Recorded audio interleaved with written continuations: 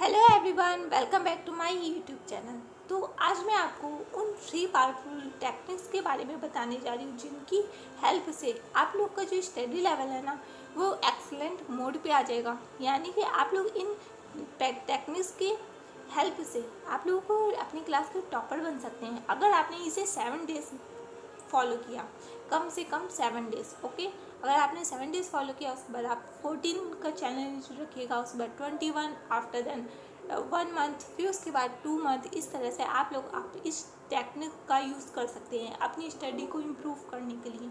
ठीक है, तो फिर मैं अपनी वीडियो को बहुत लंबा ना करते हुए छोटा सा रखती हूँ। ठीक है, तो सबसे पहले तो हम लोग इन टेक्निक्स का यूज़ कब करें, किस हालातों में, किन हालातों में हम लोग इन टेक्निक्स का यूज करें। ठीक है, ऐसे क्या क्या रीज़न्स होते हैं जिन वजह से हमें इन टेक्निक्स का यूज़ करना पड़ेगा, तो इसके बारे में सबसे पहले हम लोग डिस्कशन करेंगे। ओके गाइस, तो हमारा जो कॉस्ट नंबर 1 है लिखा हुआ है, टारगेट सेट करने के बाद भी हम लोग उसे अचीव नहीं कर पाते हैं। ये बहुत ही कॉमन सी बात है। अगर जो बच्चा पढ़ना चाहता है वो सबसे पहले टारगेट सेट करता है, सभी टारगेट सेट करते हैं सबसे पहले। तो कोई बच्चा छोटा टारगेट सेट करता है, कोई बड़ा। ठीक है, तो टारगेट पहले तो हम लोग सेट करते हैं, उसके बाद अगर अचीव नहीं कर पाते हैं तो हमें काफ़ी दुख होता है, लगता है कि यार ये हमपन से कुछ हो ही नहीं रहा है। अगर कई बार ऐसा हम लोग कर देते हैं, अगर किसी चैप्टर को ख़त्म करने के लिए हमें 2 आवर चाहिए तो हम लोग अपने साथ क्या करते हैं पता है, हम लोग 1 आवर ही देते हैं।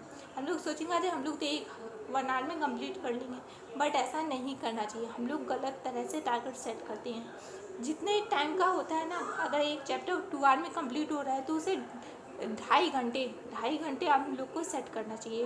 यानी कि आधा घंटा उससे थोड़ा सा एक्स्ट्रा ही देना चाहिए, जिससे कि हम लोग का जो डिमोटिवेट ये जो हम लोग हो जाते हैं ना, तो इससे हम लोग के बचाव होगा।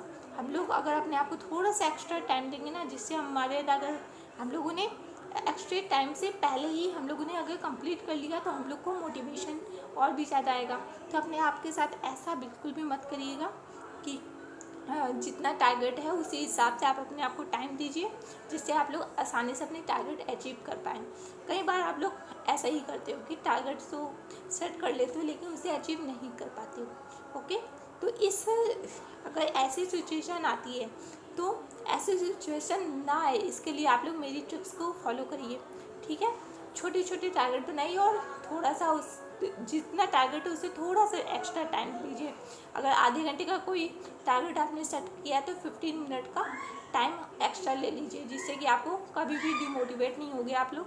ओके, फिर उसके बाद आता है कॉस्ट नंबर 2। कॉस्ट नंबर 2, हाँ, कॉस्ट नंबर 2 में ये बताया गया कि आप लोग टारगेट जो भी सेट करते हो उसके बाद अचीव नहीं कर पाते हो, फिर उसके आप लोग डिमोटिवेट हो जाते हो। तो डिमोटिवेट मत हो, अपने अंदर ये चीज़ सोचो कि भाई हमने कोई टारगेट सेट किया उसको अचीव नहीं कर पाए, तो ऐसा क्या हुआ, हमने ऐसी क्या गलतियां कर दी जो हम लोग अचीव नहीं कर पाए, इस बारे में विचार करो। ठीक है, डिमोटिवेट होने से कोई फ़ायदा नहीं होता है। ओके, अपने आप को मोटिवेट करो बार बार और अपनी गलतियों को ढूंढो, उन्हें सुधारो। ठीक है, सुधारने से ही हम लोग परफेक्ट हो पाएंगे। अपने आप में डिमोटिवेट हो जाने से परफेक्ट नहीं होता है कोई भी बच्चा। ठीक है, फिर उसके बाद अगर इस तरह की ये जो चीज़ें हैं इसको और भी कैसे सॉल्व किया जा सकता है, इन 3 पावरफुल टेक्निक्स के बारे में अब हम लोग बात करते हैं। देखिए, सॉल्यूशन है हमारा कि make a to do list. Mega to do list के बारे में मैं कई बार बात कर चुकी हूँ, आज मैं फिर से बात कर रही हूँ। क्यों मैं बार बार बात करती हूँ इस चीज़ के बारे में, मैं आप सभी से चाहती हूँ कि आप लोग जब भी सुबह उठो ना तो अपने दिन की शुरुआत हमेशा make a to do list से करेंगे। इसके थ्रू आप लोग बहुत ही ज़्यादा आपको अपनी लाइफ में फ़ायदा होगा। इससे आपको हमेशा सोकर उठते हो ना, उसके बाद आपके माइंड को बिल्कुल पता चल जाता है कि आप लोग आज के दिन पूरा दिन क्या क्या करने वाले हो। जब आप लोग लिख देते हो ना कि हाँ आज के दिन मुझे साइंस का चैप्टर नंबर 1 कंप्लीट करना है, एसएसटी का चैप्टर नंबर 2, इस टाइप में अगर आप लोग अपने माइंड को पहले से बता देते हो कि फिज़िक्स में ये प्रैक्टिस, मैथ में ये प्रैक्टिस, ये काम हमें करना है आज के दिन, तो आपका जो माइंड है ना इधर उधर भटकता नहीं है, बस एक जगह फोकस हो जाता है और उसे पता रहता है भाई इतना सारा काम करना है तो हमें जल्दी जल्दी थोड़ा फास्ट वर्क करना भी पड़ेगा। ठीक है, तो इस तरह से आपका जो माइंड है ना वो वर्क फिर बहुत ही अच्छे से करेगा। ठीक है, तो make a to do list ज़रूर बनाइएगा। मैं सभी को बार बार कहती हूँ ओके। फिर उसके बाद है ये वाली ट्रिक कि एक वॉच हमेशा पहनो। एक वॉच मैं हमेशा, पता है मैं अपने टाइम पर क्या करती थी, मैं जब भी पढ़ाई करती थी तो हमेशा मेरे पास एक वॉच थी, मैं उसे हमेशा पहनती थी अपने कलाई में, और फिर हमेशा उस वॉच के साथ ही पढ़ाई करती थी।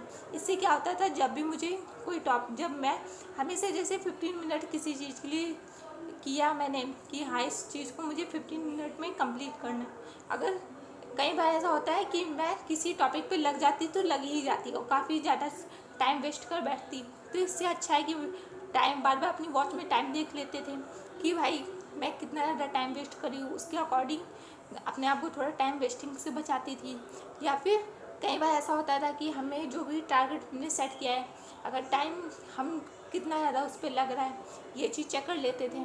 ठीक है, तो यानी कि जो वॉच पहनते हैं ना तो उससे हमें टाइम मैनेजमेंट आ जाता है, उसके थ्रू हम लोग टाइम और भी अच्छे से मैनेज कर लेते हैं, अपना जो भी टारगेट है उसे टाइम टू टाइम कंप्लीट कर पाते हैं। कई बार हम लोग एक ही टारगेट को लेकर के पूरा दिन बैठ जाते हैं, कई बार ऐसा होता है हमारे साथ। तो इस चीज़ को बचने के लिए हम लोग हमेशा वॉच पहने और उस वॉच से अपना टाइम समय समय पे देखते रहो। ठीक है, कभी भी आप अपना, क्योंकि अपने हाथों में रहती है तो आप लोग आसानी से उसमें टाइम देख सकते हो।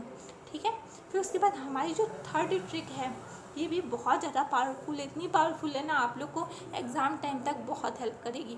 ठीक है, इसके थ्रू ना आप लोग एग्ज़ाम में बहुत अच्छे से रिवीजन कर सकते हो। अपना स्टडी रिकॉर्ड का मतलब ये है कि आप लोगों ने किसी, जैसे कि मैथ का जो भी चैप्टर है, जैसे कोई चैप्टर नंबर 9 और उसकी प्रैक्टिस आपने ना 5 टाइम्स की। 5 टाइम्स करने का मतलब है कि भाई आपने इतने सारे रजिस्टर, क्या पता 5 रजिस्टर फिल कर दी हो, तो आपके पास ना उन रजिस्टर का रिकॉर्ड होना चाहिए। ऐसा नहीं कि उन रजिस्टर को आपने कबाड़ में फेंक दिया, ऐसा मत करिए। इन जितनी भी चीज़ों में आप लोग प्रैक्टिस करते हो ना, ये सब आपके पास रिकॉर्ड होना चाहिए कि हाँ इतना इतना कर रखा है।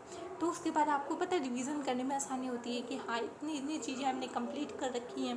कई बार आप लोग जैसे कि कुछ साइंस में चैप्टर कंप्लीट किया है तो कभी आधा कर पाते हो, कभी 80% किया एक दिन, उसके बाद उसी चीज़ को 20 से छोड़ दिया। बट अगर आपके पास कहीं पे रिकॉर्ड है तो आपको पता तो रहेगा ना हाँ कि 80% था, अब बस 20% और थोड़ा सा कंप्लीट करना है, पूरा चैप्टर कंप्लीट हो जाएगा। अगर आपने इस तरह से रिकॉर्ड रखा ही नहीं तो कब आप लोग एग्ज़ाम टाइम आपको ऐसे लगेगा कि अरे ये वाला चैप्टर हमने पढ़ा तो था, बट पूरी तरह से नहीं पता रहेगा कि आपका थोड़ी बहुत चीज़ें आपके इस चैप्टर में छूटा भी, और फिर बिल्कुल एग्ज़ाम टाइम पर आपको याद आएगा अरे यार मैंने तो ये इस चैप्टर में 20% छोड़ दिया था। तो इस तरह की चीज़ें आप लोग भूल जाते हो। तो इससे अच्छा है कि आप अपनी एक स्टडी रिकॉर्ड हमेशा अपनी जो भी चीज़ें याद करते हो उसे थोड़ा बहुत राइट करके, जैसे कुछ भी याद किया उसको एक बार लिख के ज़रूर देख लो। लिखने से एक तो ये हो जाएगा कि आपकी जो भी राइटिंग प्रैक्टिस है वो भी इम्प्रूव हो जाएगी। दूसरी चीज़ ये है कि अगर आपने उस चीज़ को लिख कर देखी तो उतना पता रहेगा कि हाँ इतना प्रिपेयर है आपको, और इसके आगे कितना प्रिपेयर करना है ये आपको फिर पता हो जाएगा। ठीक है, तो इस तरह से आप अपने स्टडी रिकॉर्ड रखो, अपनी मेकअप टू डू लिस्ट बनाओ, साथ ही साथ अपनी वॉच भी अपने पास रखो। ठीक है, अपने हाथों में हमेशा पहनो। ठीक, तो ये थी 3 पावरफुल टेक्निक्स, और आई होप मैं आप सभी से आशा करती हूँ कि आप लोग इस टेक्निक को कम से कम 7 दिन तो ज़रूर फॉलो करोगे।